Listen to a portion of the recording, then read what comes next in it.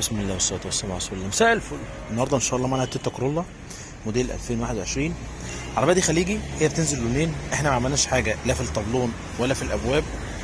تنزل برضو نفس الالوان دي في الكرسي، الاسود اسود والبيج بيج.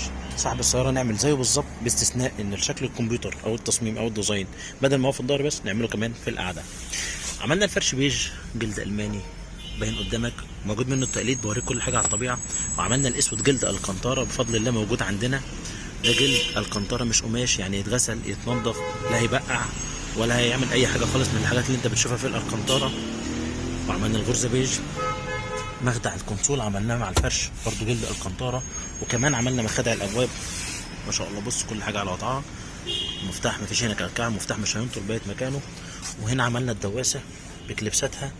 حفظت شغلنا، هفتح لكم جنب جنب وباب باب. بص ما شاء الله، بص التفاصيل. طبعا الفرش الاصلي راكب تحت ده، شيل ده في اي وقت او اطلب مني ان انا اشيل الفرش ده واوريك الاصل سليم ولا لا بفضل الله. قبل ما اديك فرش مشدود كويس مظبوط على الشعره لازم احافظ لك على الاصل، مش مجرد فرش لا بنقطع ولا بنخرم ولا بنعمل الكلام ده خالص. واظن في فيديوهات سابقه وريتكم الفرق ووريتكم العربيات اللي بيكون الفرش فيها متقطع وبايظ ما شاء الله. بص التجسيم، افتح لك جنب جنب وباب باب كانك قدام العربيه ما شاء الله. بص نفس الكلام، التفاصيل، مفتاح بايت هنا كل حاجه. فتحات الحزام حفظتوها نفس الكلام، دي متجسمه قدامك اهي ما شاء الله. بص غرز البيج مع الجلد الكنتاره ما شاء الله، ربنا يبارك لصاحبها يا رب. نفس الكلام بص هلف لك برضو وهوريك كل حاجه.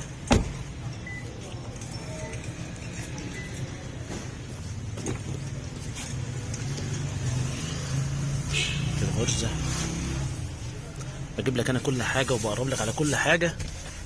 بص التفاصيل، هتلاقي المسافه دي قد المسافه دي، نفس الكلام هنا المسافه، نفس الكلام هنا. فرش مش معبي هوا، هتقعد مهما تقعد على الكرسي لا هيحتاج يتشد ولا هيهرر تحتيك ولا الكلام ده خالص بفضل الله. بص الغرزه اللي في الدوران هتلاقيها مسطره.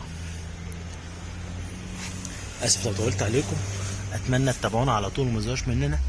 اشكركم شكرا جزيلا، السلام عليكم.